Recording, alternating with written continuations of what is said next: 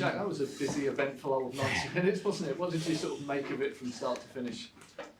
I think we started really well. I think, listen, they started well and it was quite even and we were trying to work out what was happening. And I think once we settled and found our rhythm and found a few nice moments where we broke their press, we looked dangerous.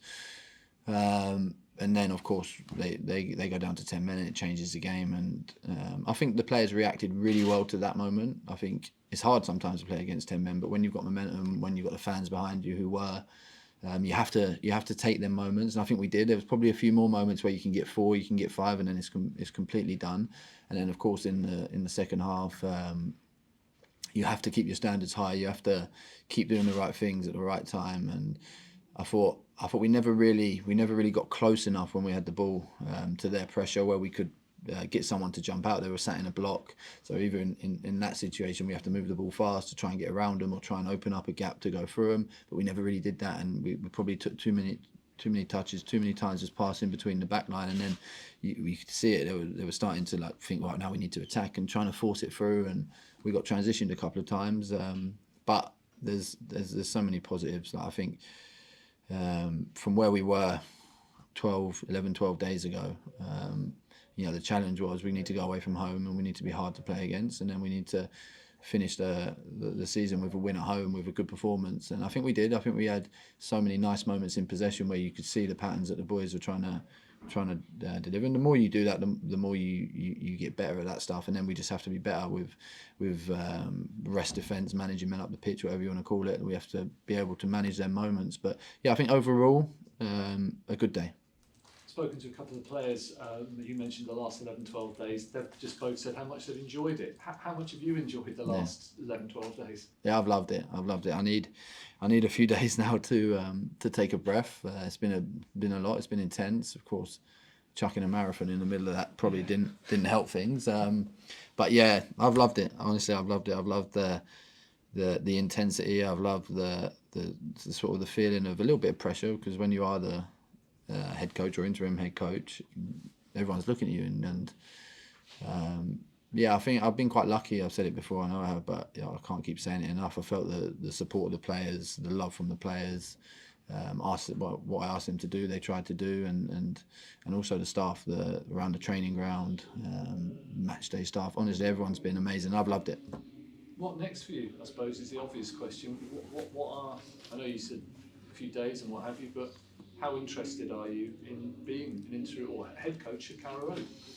Yeah, I think I made it clear from when I came to Norwich. I sat with Hoff and I sat with Ben, and we spoke, and I made it clear to them that one day I want to be a head coach. Now, of course, it's probably happened sooner than I would have thought, but I also didn't want to take that step into first team football until I thought I was ready to make an impact. I've been a player, and when you're not quite sure about a coach, or he's not quite confident enough, you can feel it. So I wanted to take my time at Arsenal. I wanted to learn that side of it, learn how to coach, because it's a completely different skill, learn a few different things about the game, and try and develop my way of playing. And I took that step when I was ready. So yeah, I feel like I'm ready to make an impact at this level. What's next over the next few days is Sunday, tomorrow. Yeah, it's a day off. We'll have a look at the game, see what we can improve. Going on Monday, the players are in Monday, Tuesday, so we'll do some debriefs. We'll talk about what we think we can focus on next season, how we can improve, and then it's important that the players go away and have a rest, and then I'm sure there'll be some discussions happening at the club. Do you feel you can make an impact at this club? Yes, yeah, I think. I said that I didn't want to take the step away from Arsenal until I was ready to make an impact. And of course, I came here as an assistant. I came here to try and help Hoff push the strategy of the club and the plans of the club. And I came here because I believed in that, and I still believe in it. That doesn't change. And yeah, I feel like I'm ready to make an impact. And last one from me. Aaron's just come in here, having thought that he was a player a couple of weeks ago. The last 3 games have kind of made him. He's thinking a little bit different now. This has really whetted his appetite. Are you kind of feeling that the last 12 days has absolutely whetted your appetite? What, to go back playing? No. No. Yeah, first of all, on Aaron, his head must be all over the place because he looked comfortable on the side. It looked like he suited him, and he's obviously got a reaction from the team. I know it didn't quite work out the way they want. They probably fell short a little bit in certain areas, but he got a reaction and he got them running, he got them tackling and doing the things that sometimes you forget as a player, and they're the things that you have to have. They're non-negotiables.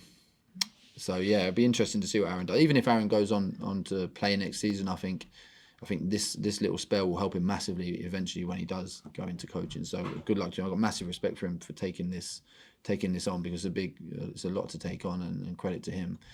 Has it? Yes, it has whetted my appetite. Jack, was it a strange experience for you to be standing next to Aaron? Yeah, I didn't want to think about it in the week because I didn't want to make it. Oh, it's Wilshere v Ramsey, and I was reading, a few things online. That people were trying to make it like that, so I didn't really want to think about it. But then I saw him when I see him first. I saw we met the ref before the game, and I saw him. It was a really strange moment. But yeah, as I said, I'm really happy for him. I know it hasn't quite worked out, but he would have learned so much from this, and he showed a lot of courage doing that. So just in your own situation, do you know what the process is going to be in terms of the club coming to you, or you going? Do you need to go in there and tell them I definitely want it? Is it going to be an interview, or do you know what the process is? Yeah, I don't honestly.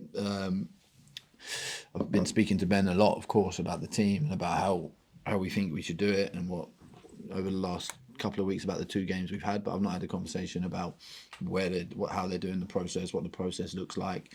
But yeah, I'm sure over the next couple of days I'll find out. Because I know obviously you came in here early in the season as an assistant, but have you had for the last couple of years when you were building your coaching credentials at Arsenal an idea of, if I go in it as a head coach, I want him as my assistant? Have you got a team? Yeah, of course, yeah, and I think you have to of course work with the club on that as well because this is important positions. But I think especially when someone like me, people would say I inexperienced, and of course, then you need some good people around you with that experience who can help you. So, yeah, I've been thinking about that the last couple of years and really thinking about it the last couple of weeks. And just one more, if I may, just talk about Aaron and that sort of transition. You done it a few years ago now, but you're sort of similar in terms of injuries getting to you and just minutes. How hard does that to accept that your playing career's maybe coming to an end and you're definitively going, right, that's me done with that journey? Yeah, it's tough. It's tough because it's all you know, right? And I think with me, it probably happened over a 2-year period where I was trying to hold on a little bit more, where I knew my ankle wasn't in a good place. I think Aaron's situation is a little bit different. I know he picks up injuries, or he's picked up an injury now, and he's picked up muscle injuries in the past, but I think his is a little bit different. But I think what helped me, and I know Aaron's got it because he wouldn't have had the career he's had if he doesn't have it, is the hunger to try and learn something different, learn about coaching, learn how to do it. And I think Aaron's got that, so that will help him definitely, because you can I remember first probably 6-7 months at Arsenal, it was I was trying to learn everything. There was so much going on. It was 13-14 hour days just trying to sit back and work everything out. But yeah, I'm happy that that was my journey, and listen, Aaron's journey might be different, where he might have to step straight into first team, but yeah, he'll develop a lot because of his mentality. Yeah, it would be ironic if you made your debut on the same day as Aaron, and then this is the day that you both get the coaching bug. Yeah, be mad. Jack, do you feel you really now you couldn't have done any more in this period? I'm sure when you got the call from Ben going back to that Tuesday, you had in your mind sort of objectives you wanted to achieve. I know we're just coming off the back of the full-time whistle today, but do you feel within yourself, I've given that's my best shot? Yeah, and I think not just me, the staff as well, the staff that I've had around me, and that was the challenge for us when the Tuesday when I got the call was, where do we focus? What do we do? Because obviously I said before, I see the game in a certain way, similar to Johannes, and said before, I don't think we're that far away from it. So what could we affect in the team? How could we affect the environment and get everyone enjoying football and having fun, putting a smile on their face? And then how can we lift morale in the staff? And I think with them 3 things, I think we did it. And of course, the games are the most important things. And then after a few days on the Thursday, you start looking at Middlesbrough and trying to create a game that we want, and I think we've done that as well. And then today, it was a different type of game. I thought you saw moments where we were outstanding, and then moments where probably we've fallen short a little bit this season.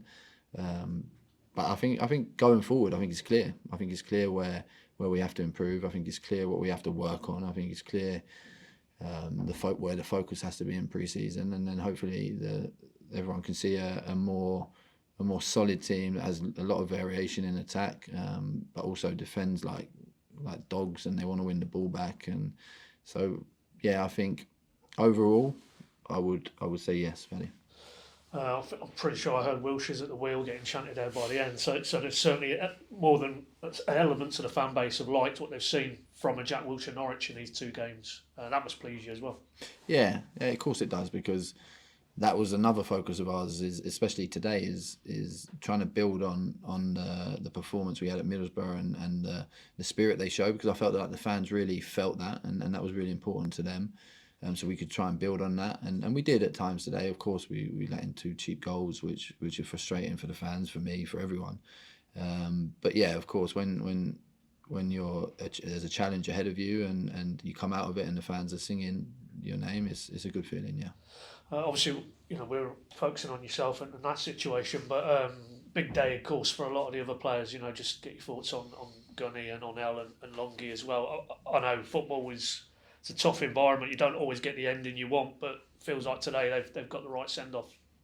Yeah, we spoke about that before the game, giving them 3 the send off that they deserve. All very different journeys, very different characters, but all have been amazing for this club. And long before I was here, and Nell was here, winning trophies, winning titles, building an amazing connection with the fans. And that's something special in football, when you can have that connection. And then Lungi, completely different character, but a top player in my opinion, who's given so much. Even this season, I thought he had some really nice moments. He stepped into games in positions where probably he hasn't really played, but he tried to do what was asked of him.